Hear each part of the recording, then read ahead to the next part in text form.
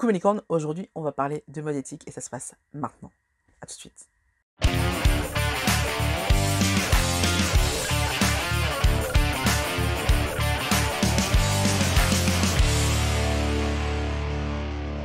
Coucou mes licornes, j'espère que vous allez bien. On se retrouve pour une nouvelle vidéo de mode. Cette vidéo, ça fait un petit moment que certaines d'entre vous avaient soulevé le sujet dans les commentaires, donc je suis très heureuse de faire cette vidéo. Avant de commencer, je vous invite à laisser défiler les pubs. Vous le savez, si vous voulez soutenir les youtubeurs que vous aimez, le mieux à faire, c'est de liker la vidéo, de vous abonner, de commenter la vidéo, éventuellement de la partager si vous avez vraiment envie de diffuser la parole de cette personne ou si vous avez vraiment envie de la soutenir, mais surtout, de laisser défiler les pubs pour que cette personne soit correctement rémunérée pour son travail. Ceci étant dit, on va pouvoir passer à la vidéo. Donc, en fait, cette vidéo, elle vient parce que je vous avoue que ces temps-ci, je culpabilise un petit peu. Ces temps-ci, je suis un petit peu dans une période où je me remets en question et où je m'interroge sur le bien fondé de cette chaîne, le bien fondé de ma démarche, dans le sens où j'adore la mode et comme je tiens une chaîne YouTube, en fait, ça me fait consommer énormément de vêtements. Or, on a le rapport du GIEC qui est sorti dernièrement et on sait qu'on n'a plus que 3 ans pour calmer les choses et pour faire en sorte de pouvoir continuer à vivre sur cette planète parce que dans 3 ans, en fait, ce sera trop tard. Et je sais pas si c'est vrai, je sais pas si on exagère ou pas, je pense pas. Je pense d'ailleurs même que c'est peut-être un peu trop tard aujourd'hui. Mais ce qui est certain, c'est que j'ai une responsabilité par rapport à ça puisque en ayant une chaîne YouTube, en fait, je vous pousse à acheter des trucs. Et donc voilà, c'est une question qui revient énormément chez moi. Et je vais vous en parler plus tard. J'ai trouvé la réponse à mes questions et j'ai trouvé comment continuer à vous faire des vidéos sans culpabiliser. En attendant, j'ai eu de temps en temps des commentaires dans mes vidéos qui me parlaient de questions éthiques avec la mode et je trouvais important d'aborder le sujet dans une vidéo parce que déjà j'ai besoin de vous expliquer certains de mes choix sur cette chaîne et ensuite j'ai envie que vous soyez bien conscient ou consciente de ce que vous faites à chaque fois que vous faites une commande, en fait.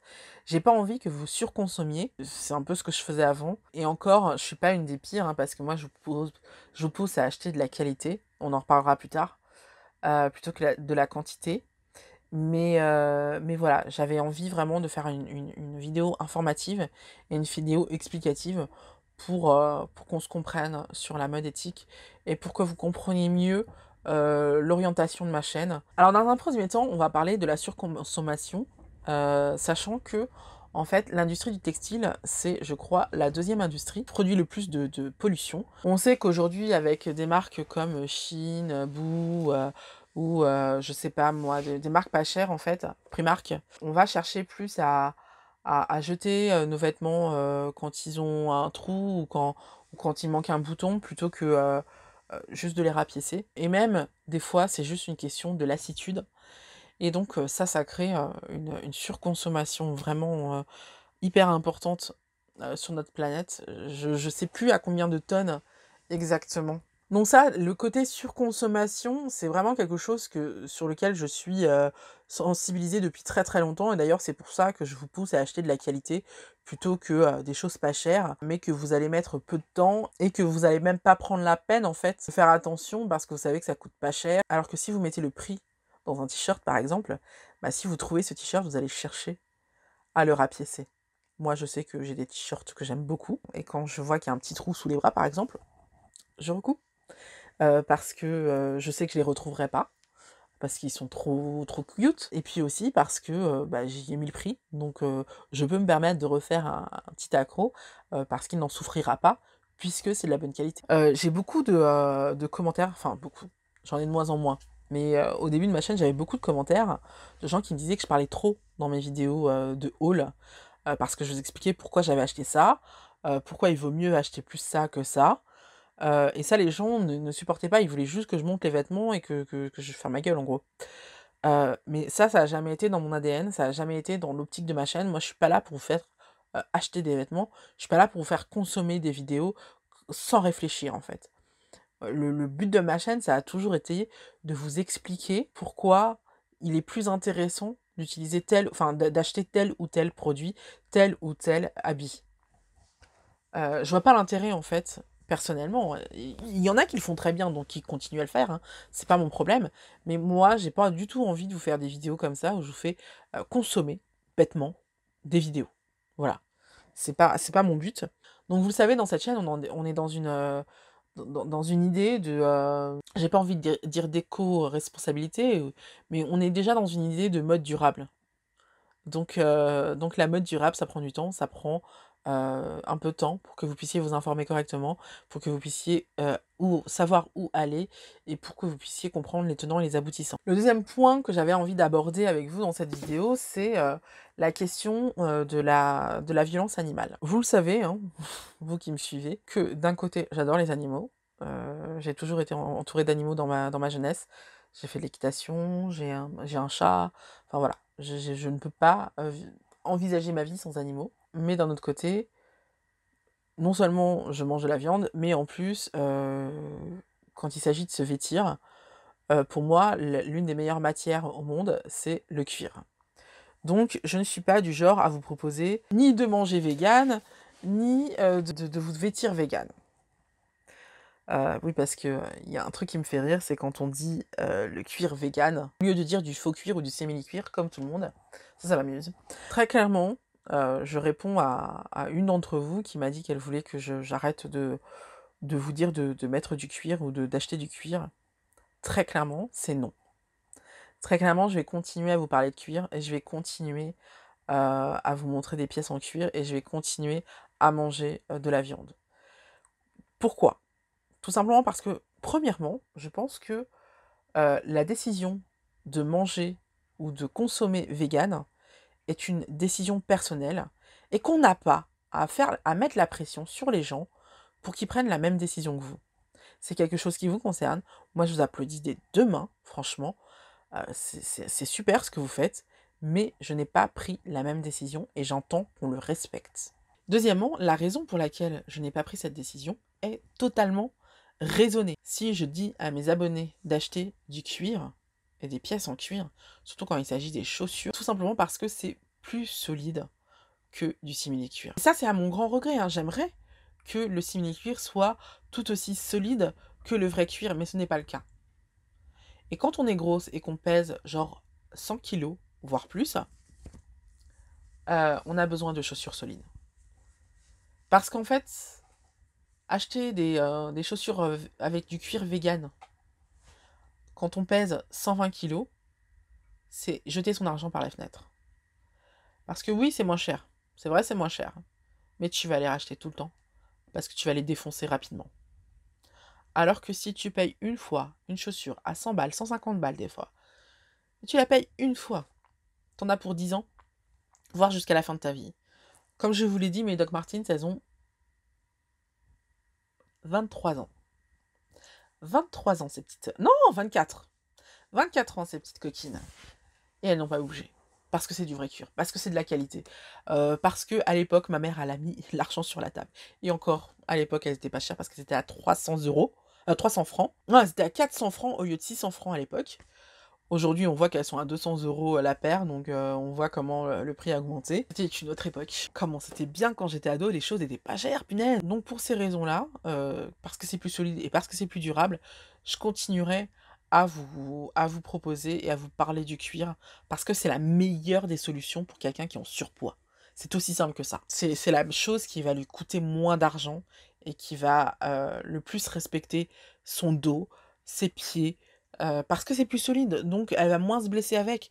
C'est hyper grave en fait. On a l'impression qu'on parle juste de chaussures, mais on parle d'un dos qui est défoncé parce qu'on utilise les mauvaises chaussures. On parle de personnes qui ont les chevilles totalement déformées après avoir utilisé des choses en simili-cuir. C'est hyper grave, on parle pas de n'importe quoi. Donc non, non, Je vais pas commencer à vous parler de cuir vegan parce que personnellement, je n'y crois pas. Et la dernière raison pour laquelle je ne crois pas au cuir vegan, c'est que tout simplement, c'est beaucoup plus polluant. Alors oui, c'est vrai, quand on fait un cuir, en général, on le fait un cuir avec de la vache.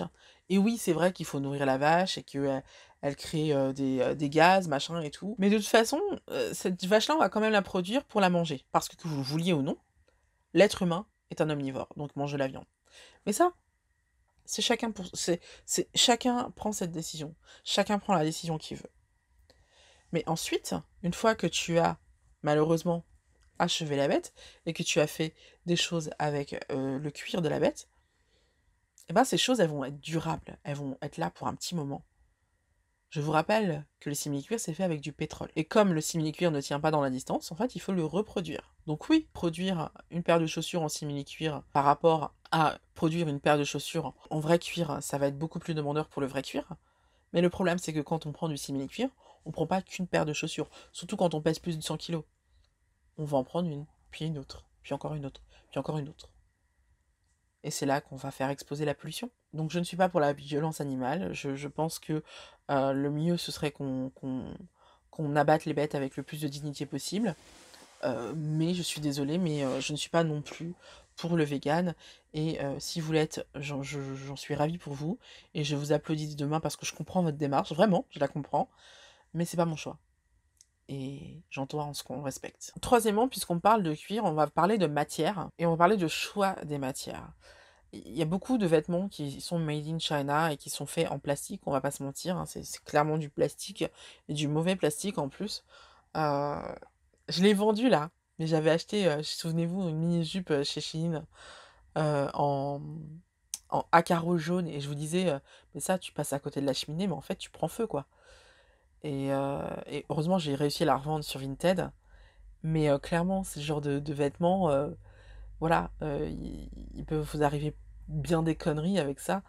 Surtout que moi, je me suis rendu compte que je faisais une réaction allergique aux vêtements, tout vêtements synthétiques, quand je venais de les acheter. En fait, il faut que je les lave.